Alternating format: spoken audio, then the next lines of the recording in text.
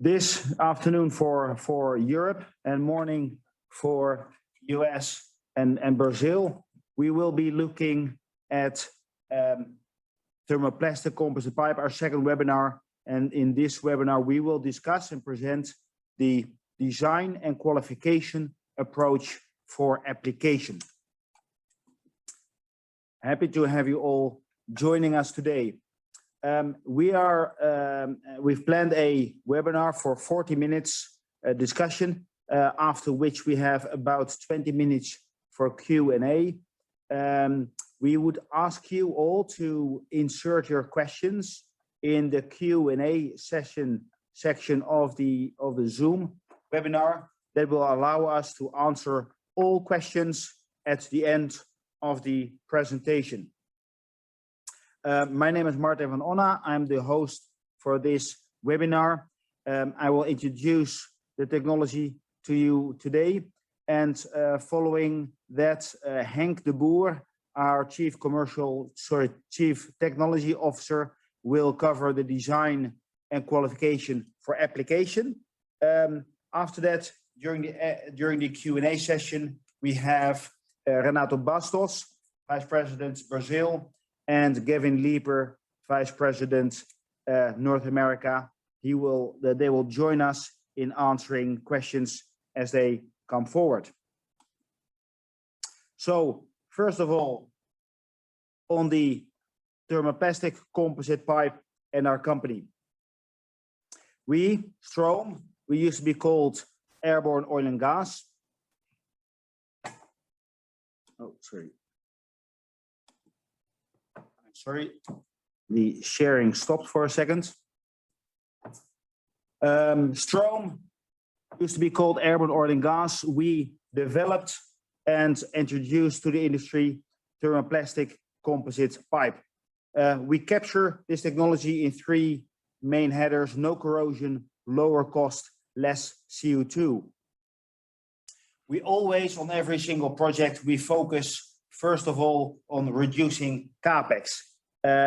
We always try in every project that we do, make sure that we reduce the installation cost associated for our pipe, and in doing that, reduce the total installed cost for a project. The fact that the pipe does not corrode means that we have no or almost zero maintenance, which helps us further reduce the OPEX and the lifecycle cost of the product. As a company, Strohm is today carbon neutral as an organization, or also called climate neutral, which means that as an organization that encompasses scope 1, 2, and part of scope 3 of the greenhouse gas protocol, we are net zero.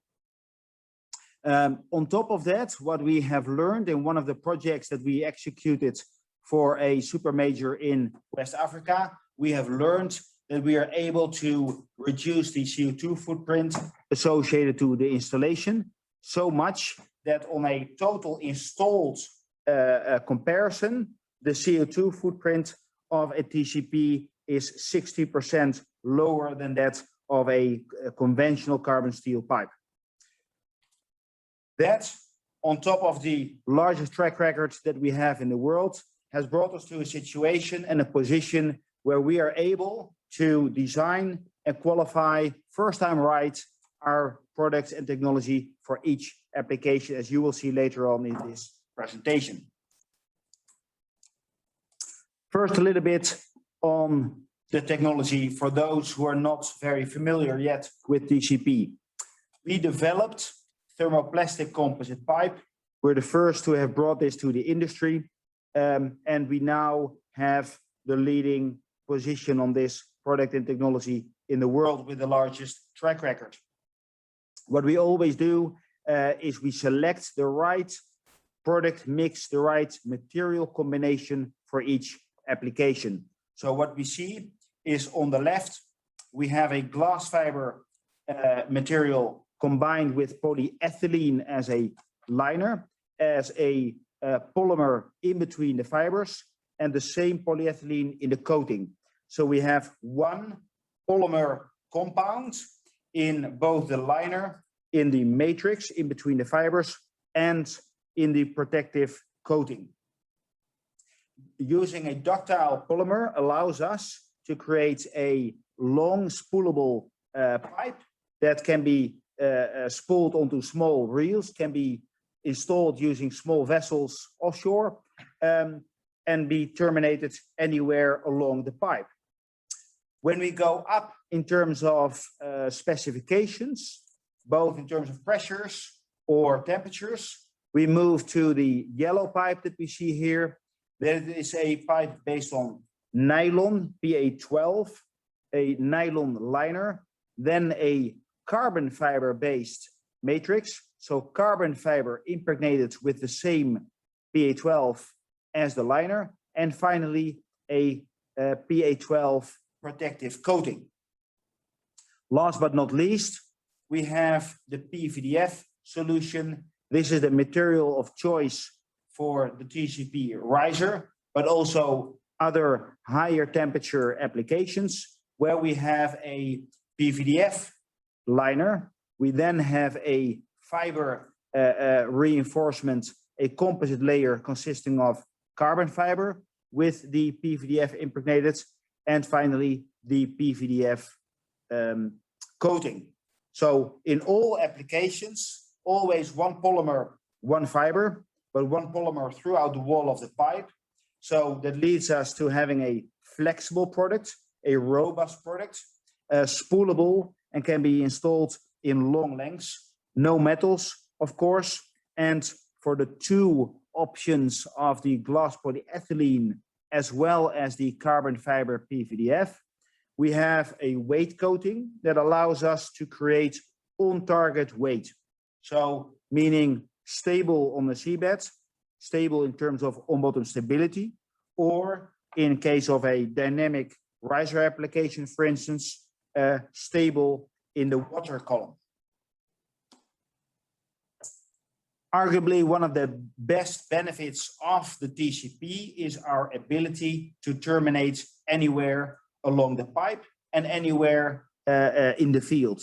So we can terminate in the factory, of course, but also offshore. We can terminate on vessels. We can terminate on platforms. What you see here in this little animation is a termination in the steps that we are taking it. We can cut the pipe. We can put on wedges on the outside of the coating, and then simply pull over the sleeve and clamp the system together. With this, a mechanical clamping method, we have no need for welding, hot work. We have no need for epoxies. We can terminate with the pipe vertical as well as on an angle or horizontal. And one of the big benefits, this allows us to pull the pipe through existing J-tubes that are existing on, for instance, offshore platforms, pull through a J-tube without the end fitting, thereby using much smaller J-tubes, and then terminating offshore, also de-risking the project schedule in case of events.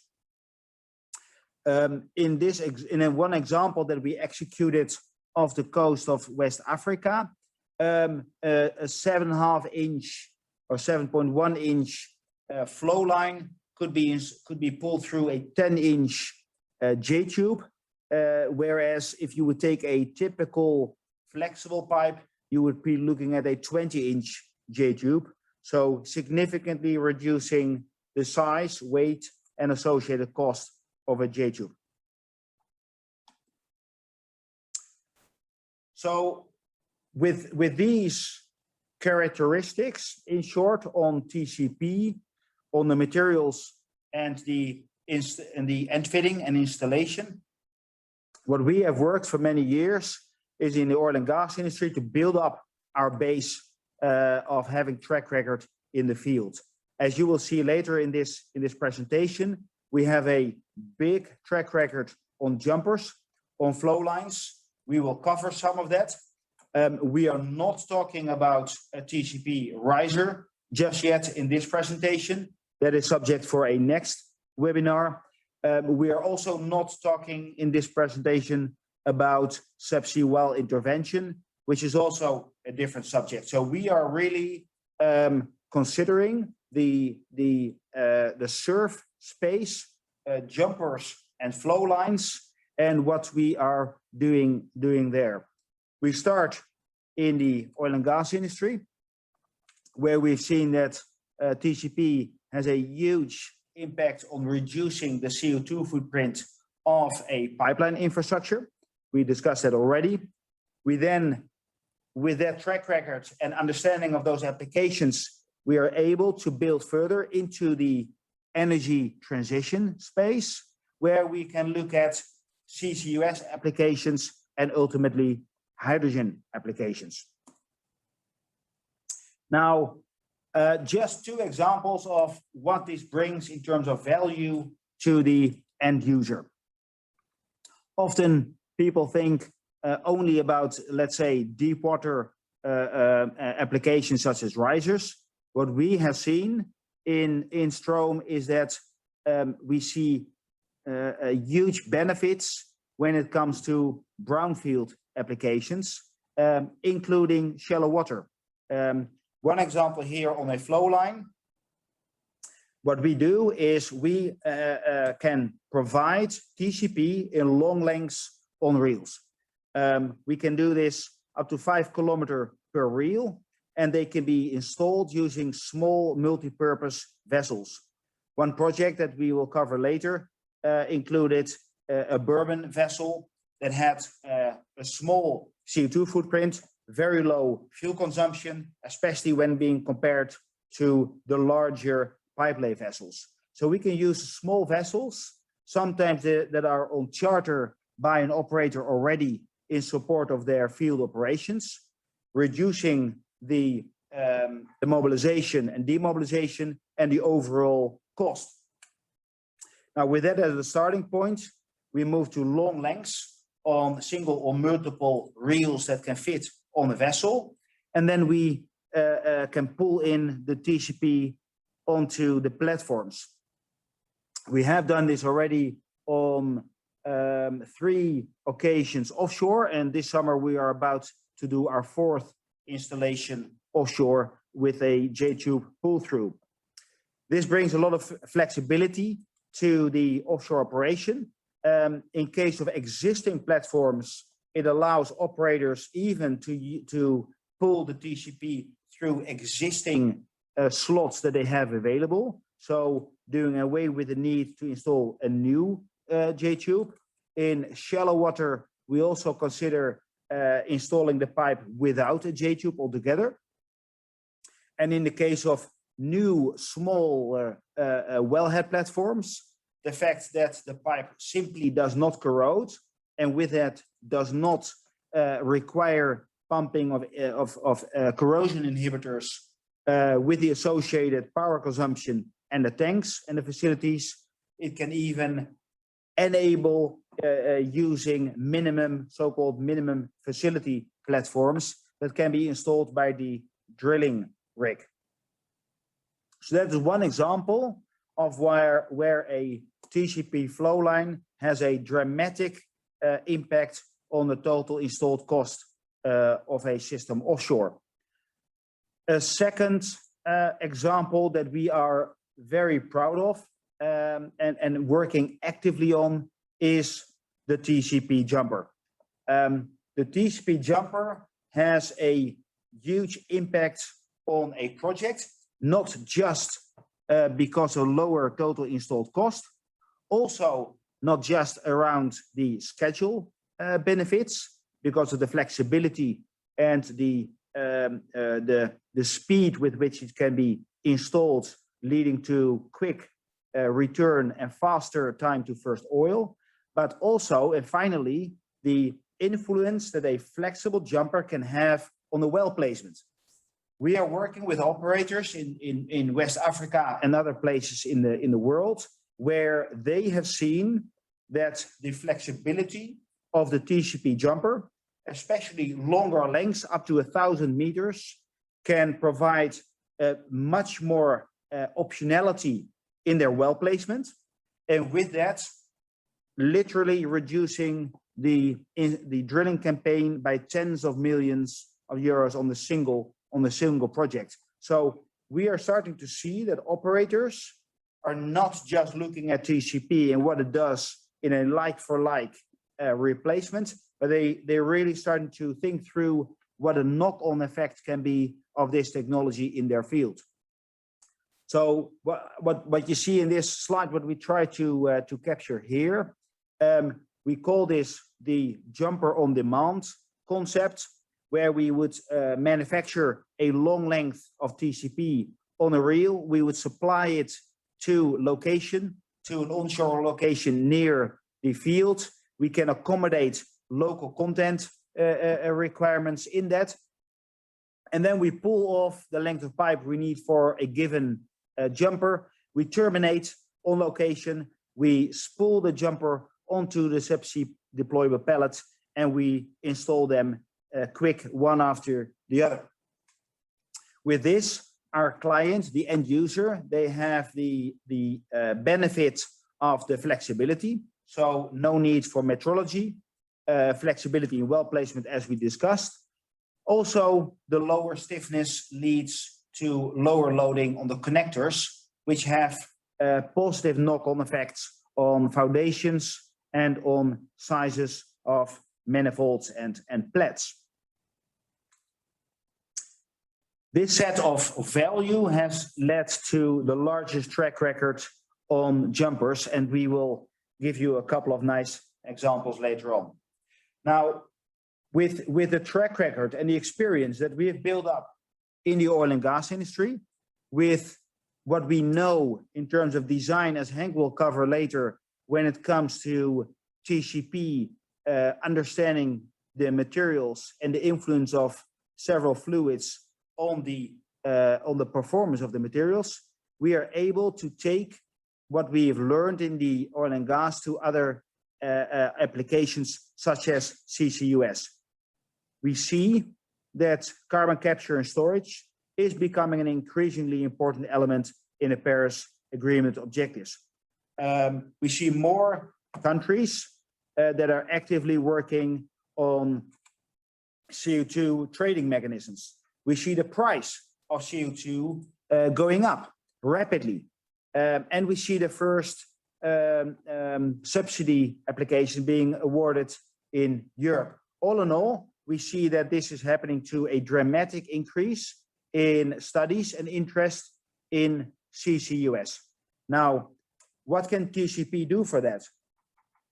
We are qualifying one of our material or two of our materials for using being able to use CO2, both static applications, but also in dynamic riser applications.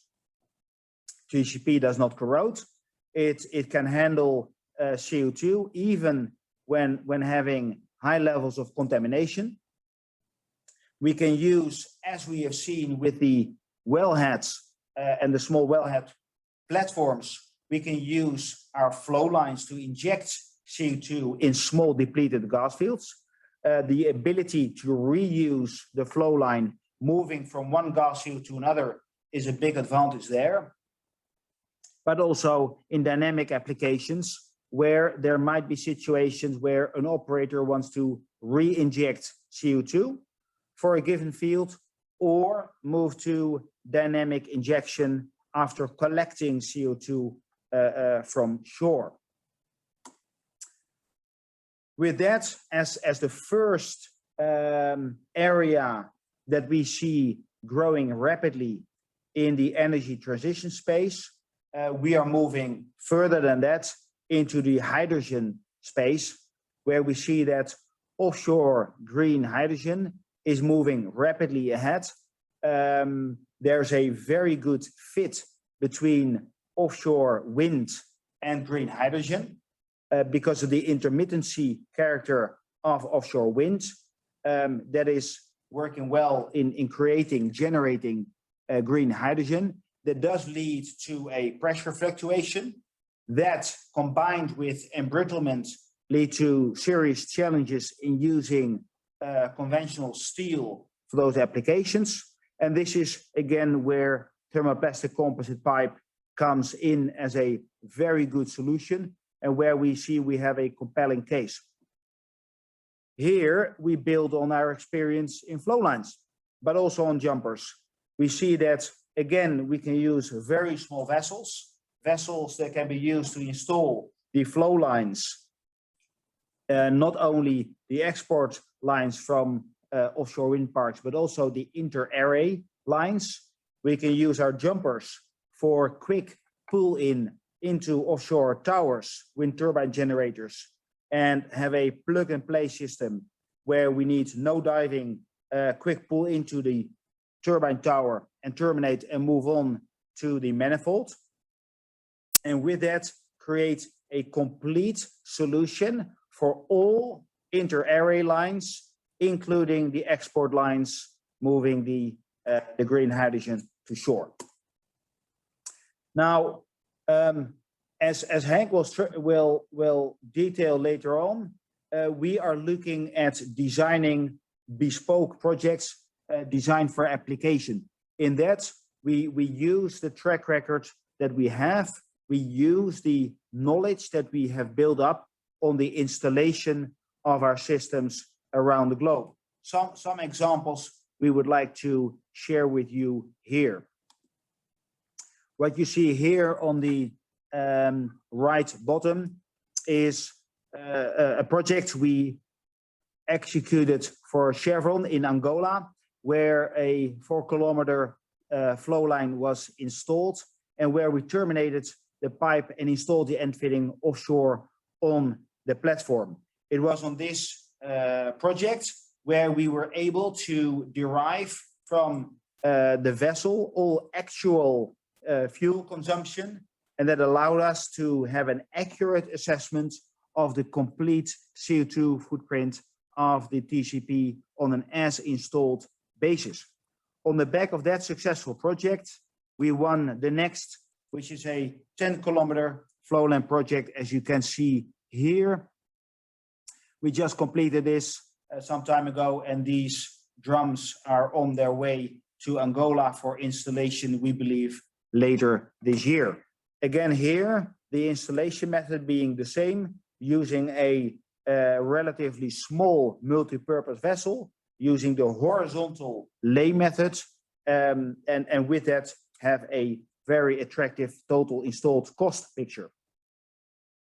We would like to add also and show this one with you, this project for operator Trident Energy in Equatorial Guinea.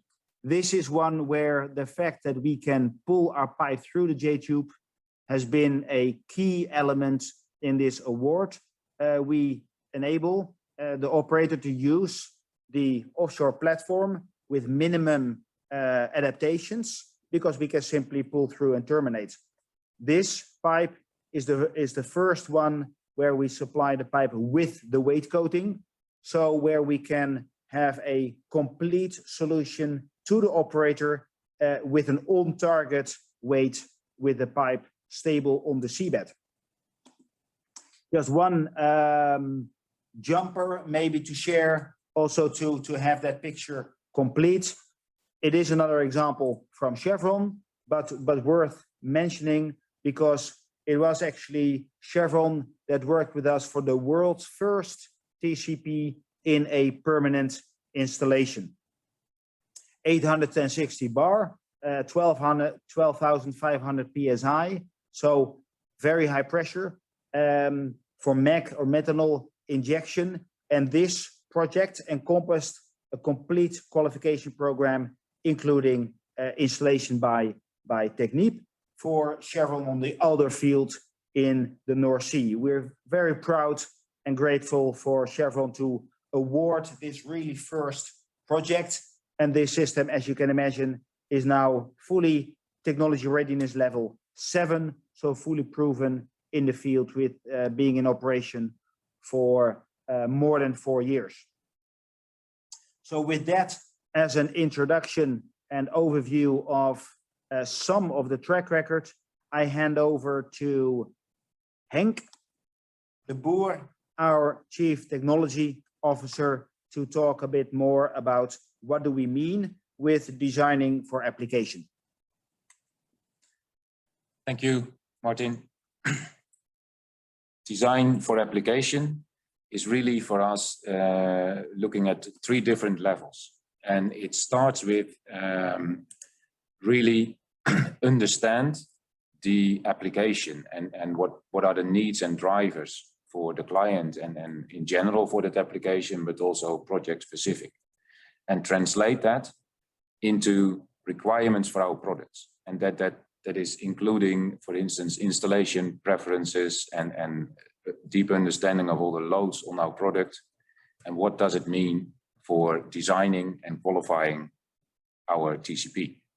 So the next step is then what we call design of the product family, because composites give you an almost infinite design freedom because you not only design the product itself, but you also have the freedom to design the material by selecting the polymer, by selecting a specific fiber, by choosing the fiber angles. And in order to avoid having a situation where every single product that we deliver needs a full qualification program, we introduce the product families where you actually use, and a product family shares the material, and we select the right material for the right application, and it shares a generic composite layer, meaning either a pressure balance layer or a more high tension layer. And the last step is then design, the detailed design of a specific member of a product family, where we optimize the composite layer and the layer thicknesses and do the design of ancillaries, etc., and the installation and transportation aids. And in that specific product family member, you only need to do a few validation tests to, to qualify that specific product for the application. So to give you a sort of feeling of what is the design freedom that composites offer is, I wanted to go briefly through this table, looking at the different components of TCP. It's like the liner, the laminate, the coating, and the weight coating. And for instance, for the choice of the polymer for the liner, it gives you the temperature rating, it relates to the surface fluids and the insulation values. The fiber itself is really an input on the pressure rating. And another one that is important here is the minimum bend radius, and that's a combination of your choice for fiber and polymer, because the compressive strength of a fiber is really determined by, first of all, the fiber, but also the stiffness of the polymer itself. And that combination really is important for minimizing the minimum bend radius, for instance, for dowlines and risers.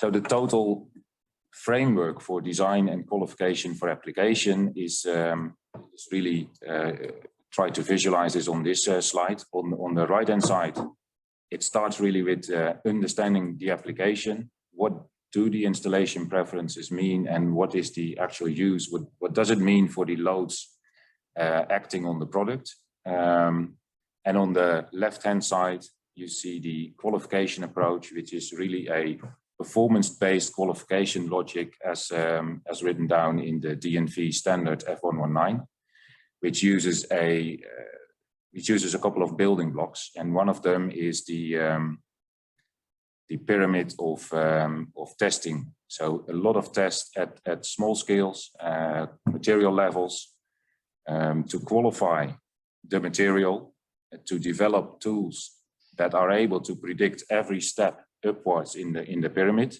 and the test acceptance for every level above is your test results need to be in line with what you predict. Which also means digital prototyping, developing design methods that actually are very accurate and validated and qualified as part of the DNV approach is an essential part in fast and reliable and first time right product design. Now, part of the material level, there is the qualification of the materials is really about testing the material in the fluids, pre-age the coupons in the fluid to a end-of-life condition, and only then start measuring the properties, both short-term, long-term, fatigue. And again, combine that with building up your models and predict what will be the result of testing before you actually perform the test.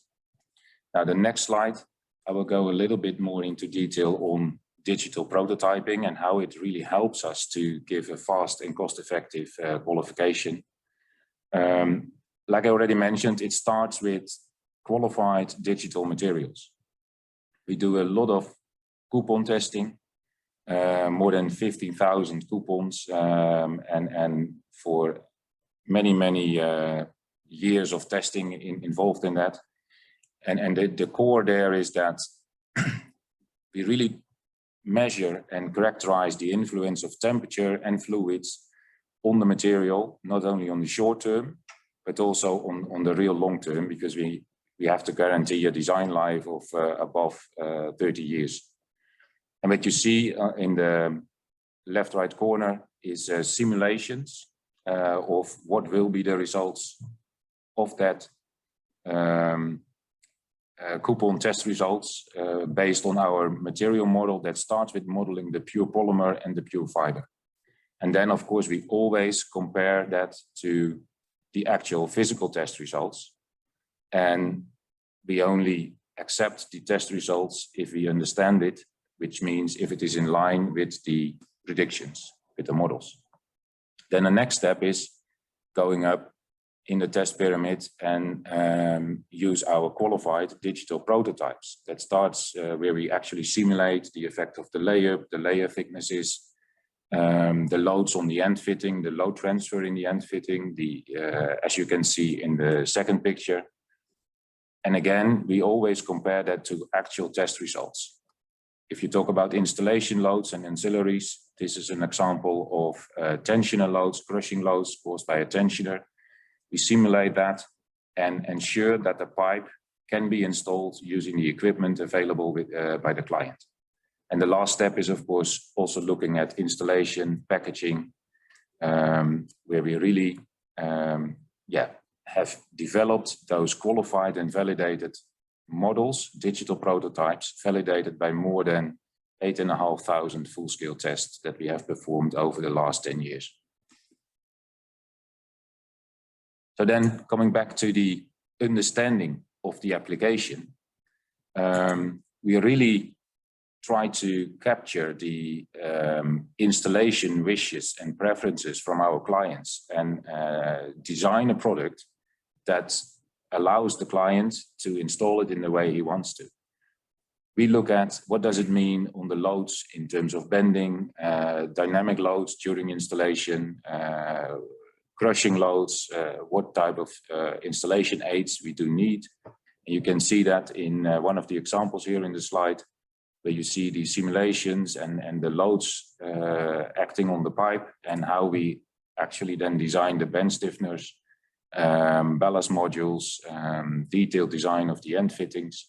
But we also look really closely into the as installed situation, on-bottom stability, the requirement for weight coating, upheaval buckling, temperatures, etc., etc.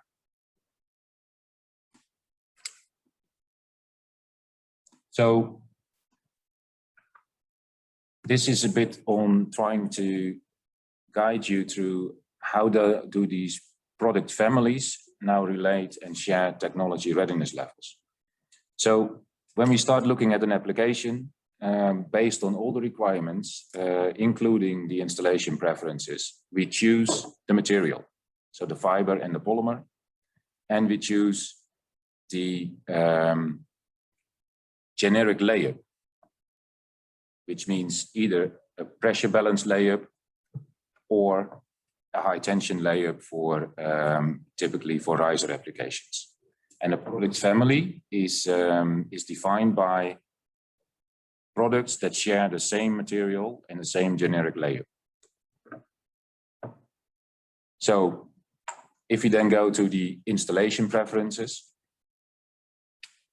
we really look at the options in terms of horizontal lay, whether or not offshore termination is required, what kind of weight coating. For jumpers, it's different. And we really look at, for instance, for the risers, developing and the materials, we start always at the preferences from our clients for installation. So we look at minimum bend radius that are required for the application, and we design and select a material that accommodate the wishes of our clients. And then in terms of track record, the logic of the DNV standard is it's a performance-based qualification. So you do qualify the performance of a product for, and the track record and that performance is shared between members of a product family, as long as the stress state is not fundamentally different, which means you can have the same application, but a different water depth. The effective fluids is relevant for many fluids, as long as the worst case fluid that you have qualified is less severe than what, of more severe than the one you're using actually in the current application. So for technology readiness level, we really always do all the qualifications in order to get our products in the water, to install a pilot in order to achieve a technology readiness level 6. And from that, of course, progressing to TRL 7. And then we share that the TRL level is shared between the whole product family, as long as it's the same material, same stress levels, and also the distribution of stresses and the same order of the failure mechanisms for the critical load cases.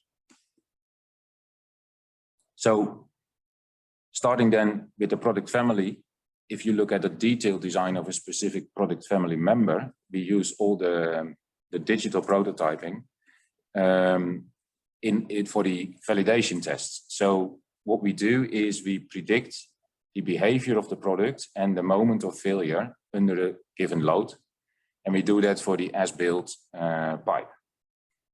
The acceptance levels for that test are basically purely based on the mean material strength that you have measured during the material qualification, plus minus 1 standard deviation.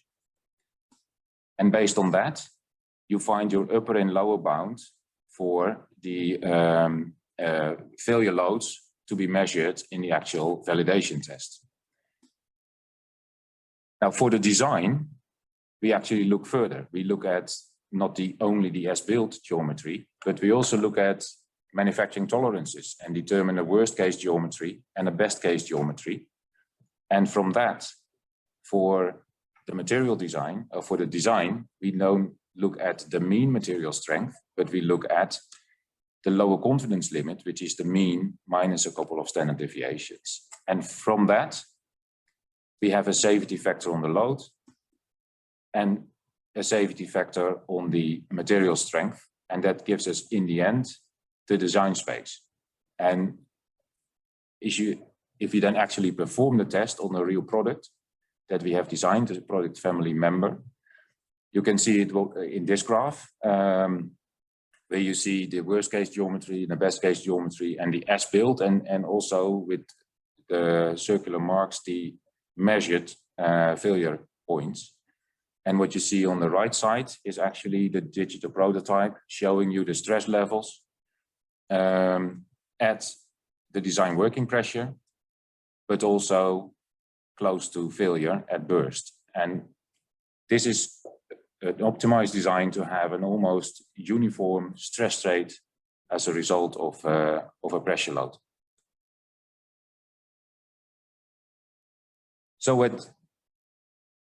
in the detailed design, we also look at many other elements. And just one example here, for instance, is we look at thermal loads. And as you can see in this small simulation, we look at a pipe that has a certain fluid at a certain temperature. And then suddenly there comes an extremely hot fluid. And what does it mean for the temperatures through the thickness of the pipe wall, and also the thermal gradients and the maximum temperature of the laminate, and whether or not we exceed the design temperature ratings. On the left-hand side of the slide, you see the overview of two of our product families. One is on the bottom half, you see the glass fiber polyethylene pipes being at TRL 7, and the whole envelope of that product family. And in the red circles, you see all the individual product family members that have been designed for specific projects and delivered and installed to our clients over the globe. That brings me to the final overview of our product families and TRL levels. So on the top, you see our orange pipe, which is glass fiber polyethylene for applications for jumper and flow lines in the traditional energy applications for all surfaces up to 60 degrees C. There we have a fully TRL 7 level, and we can use exactly the same pipe also for hydrogen and carbon capture and storage and water applications for the renewable energy.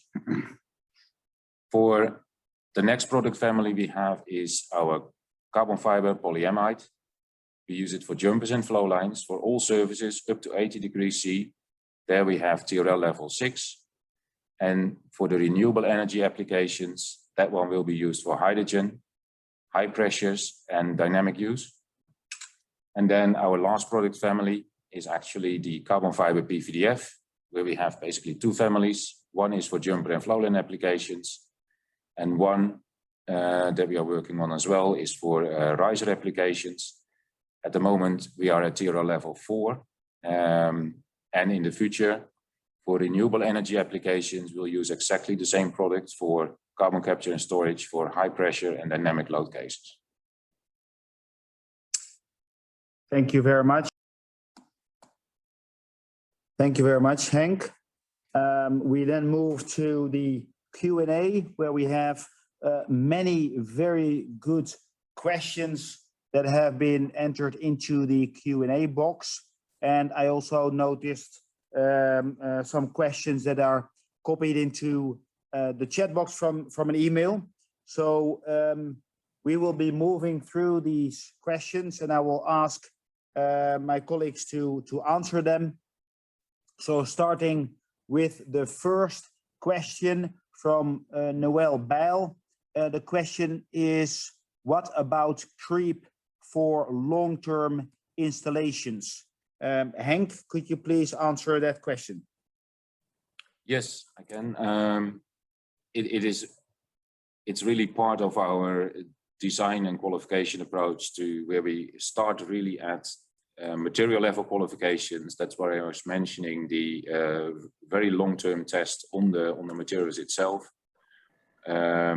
in the actual fluids while loading the coupons. And we start those tests only in with the material being after an accelerated aging program, where we age the materials to end of life conditions. And then we start to look at and measure and qualify the long-term behavior of our materials. So that effect is included in all our designs and also validated by full-scale tests. Thank you, Henk. Moving on to the next question from Mohsen Kanbeji. The question is, on what basis is this product named thermoplastic? That one I can take. In composites world, there are two families, thermosetting composites that use, for instance, an epoxy as a matrix, and in our case, thermoplastic composites, which means that we use a polymer compound in between the liner. We have chosen and developed the thermoplastic composite pipe because by virtue of using the ductile polymer as a matrix to bind all the fibers together, we can create a solid wall weld all layers together and have a pipe system that is still spoolable, whereas thermosetting pipe are brittle and cannot be spooled. Moving on to the next question from Hamima. Is there any method for installation other than reeling? Fabienne, would you be in a position to answer this question, please? Yeah, thank you. Thank you, Hamima, for your question. Relay method is really the preferred method for flow lines. That allows us to have a longer length spooled on a rail, and it will also be the fastest installation method. Allows us to use a smaller installation vessel.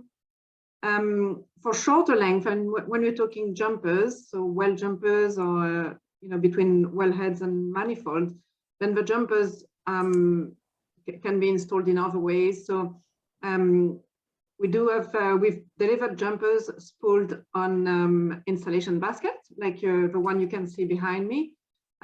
This one was a length of 300 meters. So for length up to about 300 meters, we can deliver on this subsea deployment basket. And then we deploy the deployment basket to the seabed, and the jumper gets installed, either lifted off the basket or transferred onto the seabed with a turning mechanism.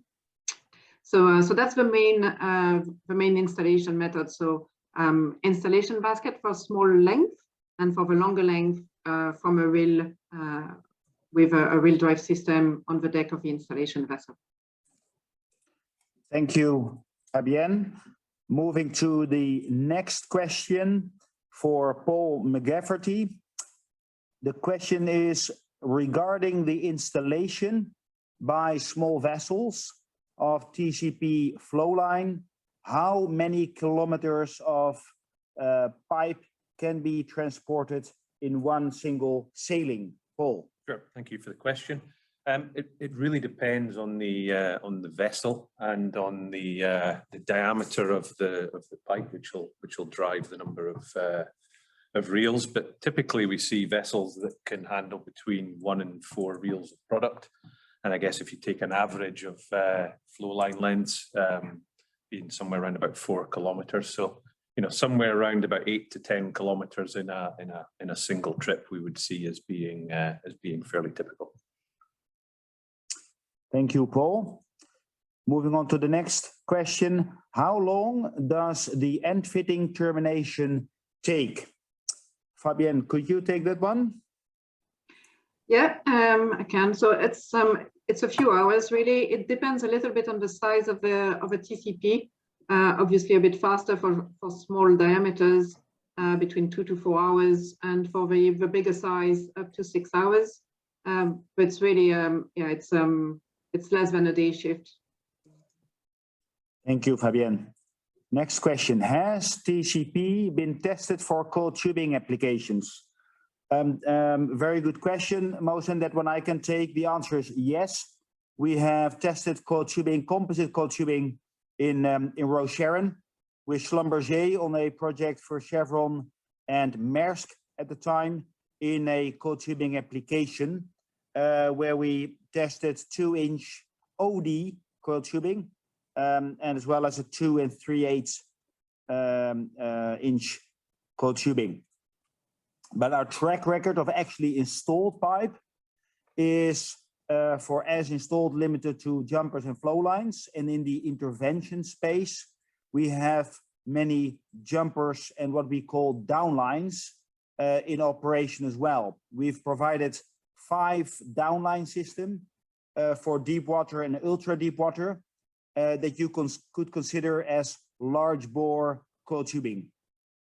So if you have any further question on subsea well intervention questions, do let us know. Then moving to more a technical level again for installation and in-field inspection. A good question from Nakidin, if I pronounce that correctly. The question goes, are NDT, non-destructive testing methods, involved in the qualification stage? What are the NDT methods involved? Hank, maybe you could take this one. Yes, for NDT inspection in qualifying our products, we relied mostly on destructive testing, so microscopy, after test, etc. What we have been using and developing as well is digital X-ray, so really the non-destructive method. We've used that already in a couple of projects, and we are working on a solution to also be able to use that on in offshore on an ROV. Thank you, Hank.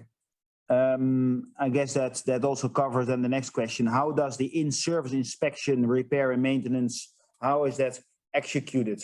Could you cover that also from the concept of what we've done with Petronas, measuring temperature and pressure?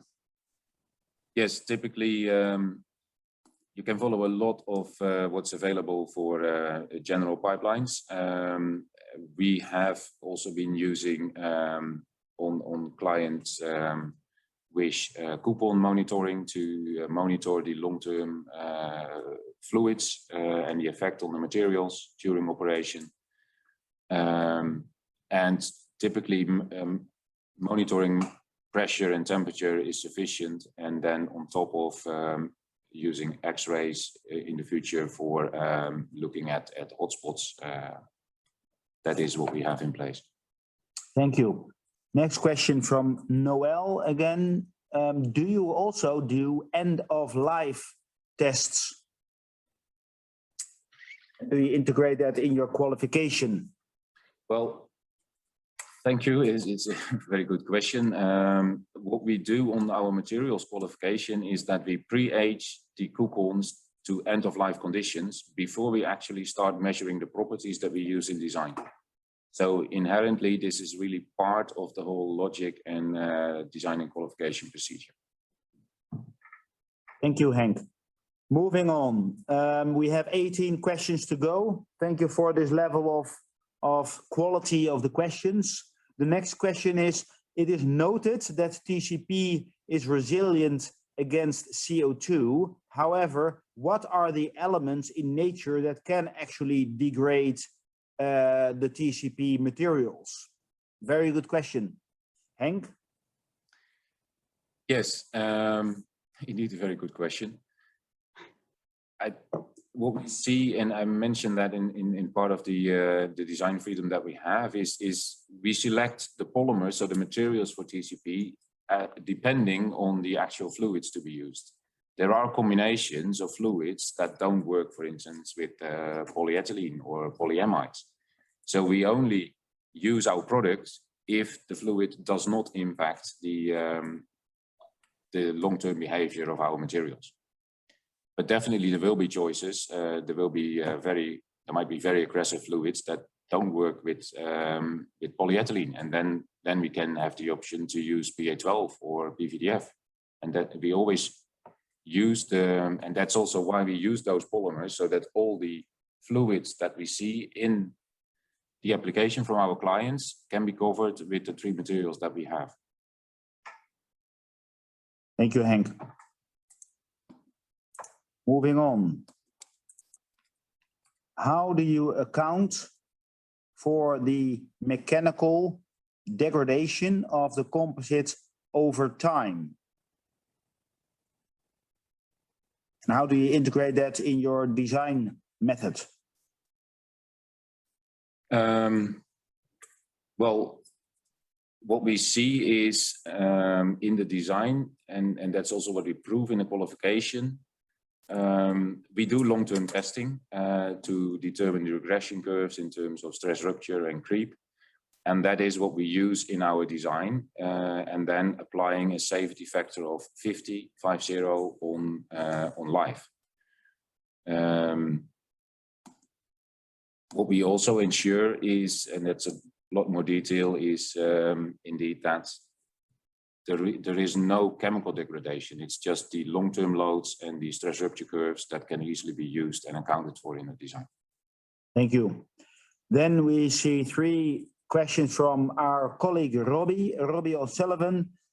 Thank you for joining us all the way from Perth, Australia, Robbie. First question, how would through thickness damage to the outer coating impact the design and integrity of the pipe?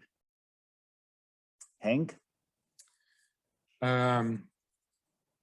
Well, if we design the coating and the thickness of the coating in order to avoid that situation, but if you are in a situation that there is a damage that really cuts the complete outer coating and part of the laminate, then it will result in a reduced pressure rating, for instance, of the product, and or a retermination, cutting out the damaged section and reterminate it. Thank you.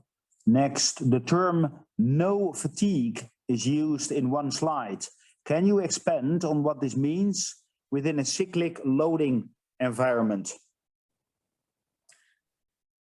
Again, a good question. No fatigue is especially relevant for our carbon fiber-based products, because glass fibers are sensitive to fatigue in terms they are very resistant to fatigue, but it's finite. But for carbon fibers, we have seen in, for instance, deep water riser designs, that even if we take the extreme 100-year load and assume that will happen every 10 seconds, so with every wave, we can still easily do a 30 years design life. So the fatigue resistance is so good that it's definitely not a design driver anymore. Thank you, Henk. Last question from Robbie. Do you envisage any project-specific qualification testing requirements?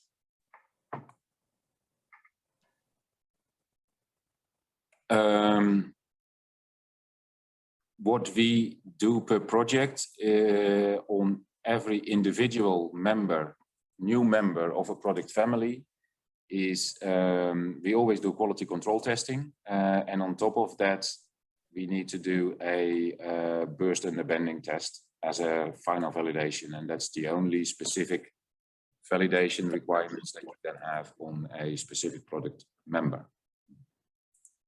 Thank you. A question from Vincent Bouzard. Welcome. What actions have you taken to achieve carbon neutrality in your activities? That one I can take. We are certified carbon neutral as an organization, or the better formal name is climate neutral as an organization. We've achieved this by having 100% green electric power, certified electric power, and the remaining footprints that we have in our scope 1, 2, and what is associated to the non-product in scope 3, we have compensated by 2 certified offsetting programs, one in the Netherlands and one in Brazil. So with that, we are certified climate neutral as an organization, and we are now implementing further measures to bring that to an as installed and X works on the product level as well. So our journey has only started. Then a question from Suleiman. Do you also test the effect of permeation on fiber polymer integrity? Henk? Yes, we do. In the qualification, we actually do the coupon testing, the full saturation, and the aging. We also do the testing on rapid gas decompression to avoid, to prove that there are no effects and no blistering, etc. on the materials. Thank you. A question from Glyn Morgan. Are there any concerns about hydrogen permeation through the pipe wall? I think we can say that there are no concerns on permeation through the pipe wall. For hydrogen applications, we have two solutions available in our product mix portfolio. One is based on carbon fiber nylon for dynamic applications, and nylon is known to have the lowest level of permeation of any polymer, and in fact nylon is also the basis for hydrogen tanks in cars. Having said that, there is and always will be a remaining level of permeation when working with plastics. So in cases where the application requires a zero or close to zero permeation level, then we have developed what we call the permeation barrier. This is a aluminum wound intermediate layer between the liner and the fiber reinforcement, that's where we use the aluminum labyrinth layer to reduce the permeation to a minimum or to avoid it completely. And next question, are you open to research collaboration? Thank you. The answer is yes. We are a small company on the forefront of technology, and we've achieved the position where we are in now in working in open collaboration with many partners. We work in open collaboration with our supply chain partners on material development, but also with our clients and with universities and engineering houses. So do let us know if you wish to collaborate with us. Together we can achieve everything. Question Nadimul Faisal, thank you. Have you investigated residual strain mismatch at interfaces in the 3 layers in the pipe? Thank you for the question. I'm not sure whether I fully understand the question, because our system is fully bonded, so the strains are always continuous at interfaces because they're fully bonded. Yes. And that's something that I would say is generic for composites. You like to avoid stiffness jumps, and our whole design is actually strain driven, right? Thank you, Henk. Moving to Carlos. Would you please take a little bit about addressing oil and gas when mixed with CO2 at high pressures and temperature conditions when it is present in supercritical state? Very good question. What type of liners would you consider more suitable for the application? Thank you. For high pressures, we use carbon fibers, especially for the larger diameters. And for higher temperatures, in relation also to resistance to supercritical CO2, we use PVDF as the best option for that. And that's what we are currently qualifying. We are qualifying our carbon fiber PVDF also for CO2 in supercritical state. Thank you. Then moving to Clem, last nine very good questions. Is 7-inch the maximum diameter available? The answer is no. We can go to 7.5-inch inner bore, so inner diameter. So that equates to an 8-inch typical nominal steel pipe or a flexible pipe. What does E-glass mean in the E-glass fiber wording? I don't know. Very good question. Henk? There's also S-glass, right? There's also S-glass and R-glass. It's a specific type of glass fiber. I don't know exactly what the abbreviation stands for, but we'll figure it out. Thank you. What we do know is E-glass is the most common and most cost-effective glass fiber. It's most widely available, so very stable and cost-effective supply chain. Joost Groothuis, what is the damage tolerance for TCP? Henk. Also a very good question. We looked at, for several applications, we looked at impact testing, for instance, as an example, simulating impact on a pipe on a platform by a rib, and we tested it at very high loads, and it's because the ductility of the material, it's hard to give a number because impact is different from case to case, but there's a very high resistance and tolerance to those types of damages. Thank you, Henk. Moving to Olatayo, nice to have you on the webinar. Two questions. The first, how are splices made to join multiple sections to get longer lengths? Paul, could you cover that, please? Yeah, sure. Thanks for the question. So yeah, typically we make up the connections with a midline connection. So two reels will be joined together with a midline connection. And then you can use that to join multiple reels depending on the length and the number of trips. And then the next one, typical pre-commissioning test, again, depends a little bit on client requirements. When the pipe leaves the factory, we'll do a factory acceptance test. And then typically once it's installed, the client will ask for a leak test. Anything else is really depends on specific requirements.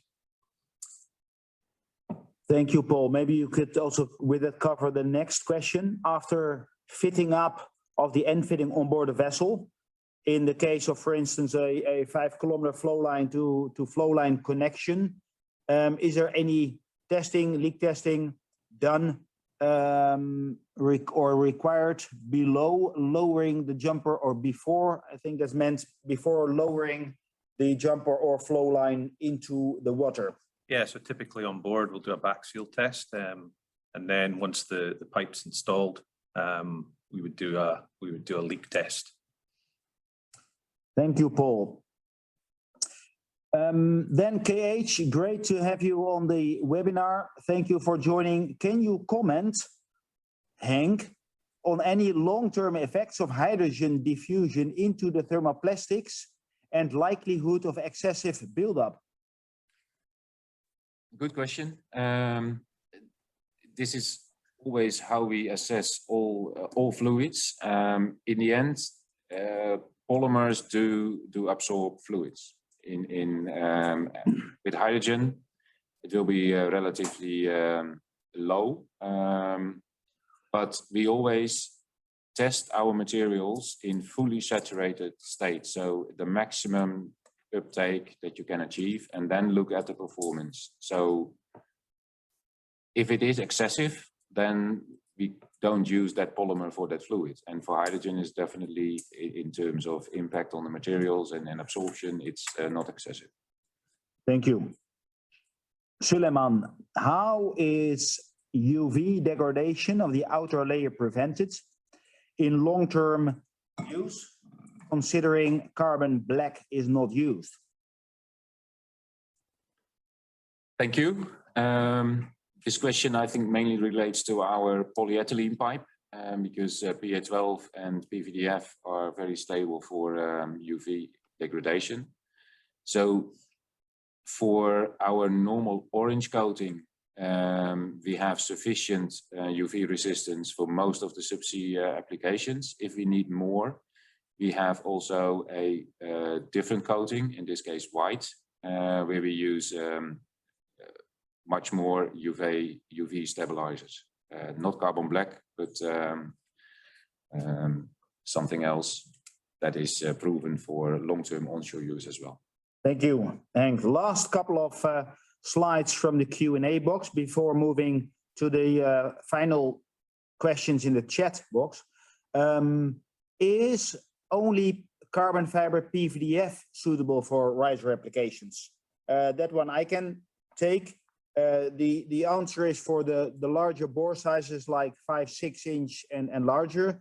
The answer would be yes, because in the carbon PVDF riser solution that we have developed, we have a relatively small minimum bend radius of about 8 meters radius that allows for current flex lay vessels to be used for installing the PVDF carbon fiber TCP riser.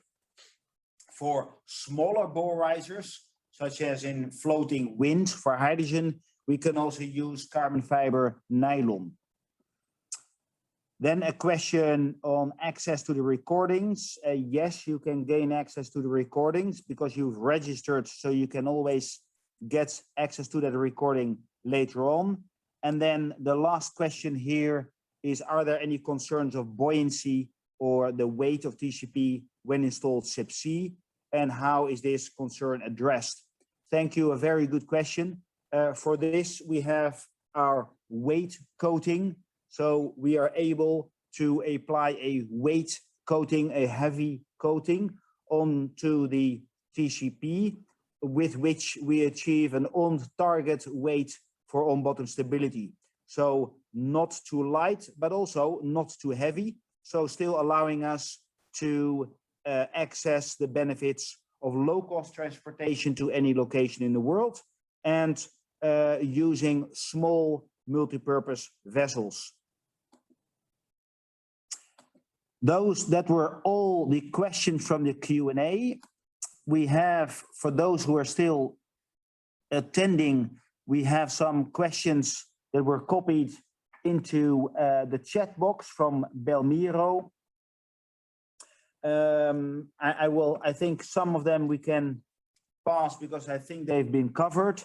How TCP is made, that is covered, I think.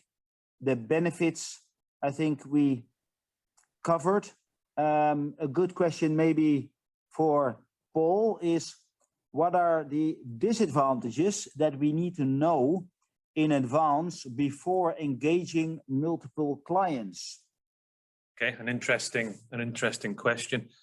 You know, I think there's a great number of advantages that we've highlighted across the course of the presentation. I guess if we look at our disadvantages, it's probably in the qualification status and the maturity of our product. You know, with our PE product, we have good track record and full qualification status. We would like to be able to offer higher temperature pressure applications, but we're going through the qualification processes as Henk was talking about. So it's probably just where we are in terms of maturity cycle that I would say is our disadvantage at this stage. Thank you, Paul. The next question, also a very good question. I would like to ask Fabienne to take that one. How would you answer the question if a client would ask, give me a reason to buy and use your product? Fabienne, could you cover that? Yeah, so I mean, typically where we add the most value to our clients is when the fluid is very corrosive, or if it's very deep water or high pressure. So with TCP, you've got a product that's extremely robust. So it will definitely be one or more of these three criteria. So corrosive, high pressure, deep water, and that's typically where the TCP would make a difference compared to what's available in the market previously. Thank you, Fabienne. The next question, also a good question. What are the price benefits as compared to other competitors, Paul? And maybe you could make the comparison with both steel, as you've seen in West Africa, and maybe with flexible pipe. Yeah, sure. I think you know, what we always encourage our clients to look at is the total installed cost. So considering the the installation costs, the ability to use smaller vessels, lightweight products, so transportation, etc. as well, but also in terms of the longevity of the product, so no corrosion. So as Martin's saying, for steel pipe and flexible pipe, you typically have some failure modes due to corrosion. You don't see that with TCP. So I think, one of the good examples we had is for a client in West Africa, where they're looking to replace water injection pipelines that have corroded. And in doing so, taking the total installed cost and also the increased availability over the remainder of the concession, they saw cost savings in excess of 40% when they looked at the total life cycle cost. Thank you very much, Paul. Moving on to the next question. Is there a period of time for guarantee and maybe also design life for the product after installation and commissioning? Fabienne, could you take that one? Yeah. Well, typically we would match the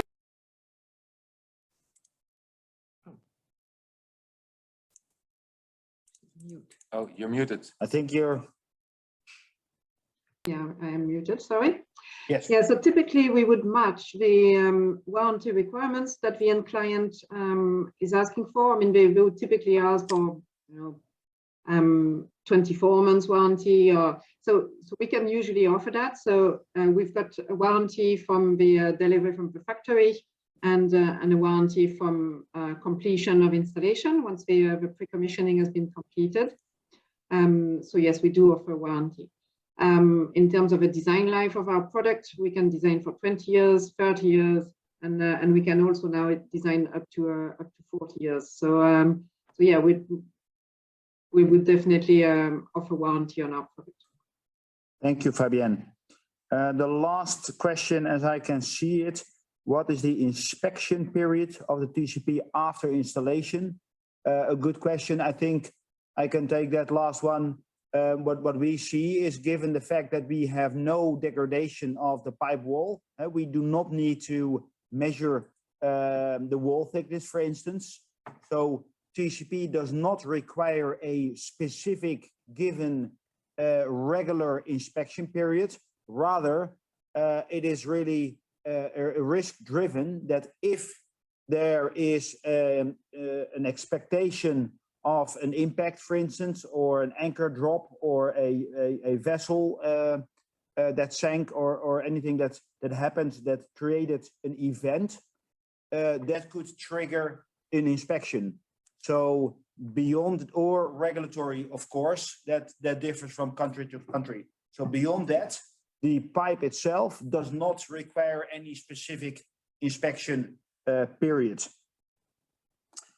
So with that, I think we are, let me see whether there are any, no, there are no questions anymore. We still have 32 participants.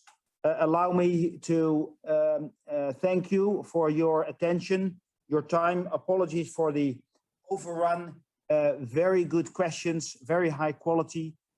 Please do reach out to us in case you have any other questions that come up.